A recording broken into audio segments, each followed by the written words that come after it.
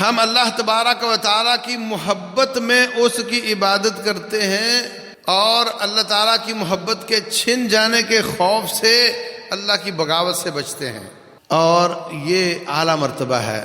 اور اگر اللہ کی محبت اور اس کے چھن جانے کا خوف کسی کے دل میں پیدا نہ ہو تو پھر اگلا مرتبہ یہ ہے کہ ہم اللہ تعالیٰ کے عذاب سے ڈرتے ہوئے نیکی کرتے ہیں، عذاب سے ڈرتے ہوئے گناہ سے بچتے ہیں، اور جنت کے حصول کے لیے یہ کام کرتے ہیں۔ ان دونوں کے دلائل کتاب و سنت میں موجود ہیں۔ اللہ فرماتے ہیں وَكَانُوا يَدْعُونَنَا رَغَبًا وَرَهَبًا، میرے نیک بندے، میرے انبیاء، میرے صالحین مجھے پکارتے تھے میری نعمتوں میں رغبت کرتے ہوئے اور میرے عذاب سے ڈرتے ہوئے۔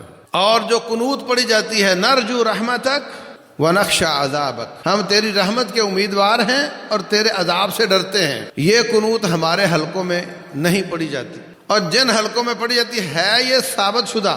ہمارے ہاں اللہ مہدنی فیمن ہدایت والی دعا پڑھی جاتی ہے، وہ بھی ثابت شدہ ہے۔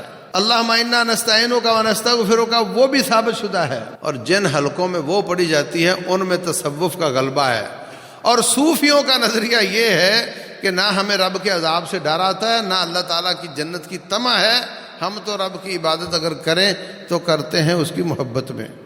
اور وہ کہتے ہیں کہ اللہ کے عذاب سے ڈر کر کرو گے تو کچھ نہیں ملے گا، اللہ تعالیٰ کی جنت کے لالچ میں کرو گے تو کچھ نہیں ملے گا، یہ ان کا نظریہ ہے۔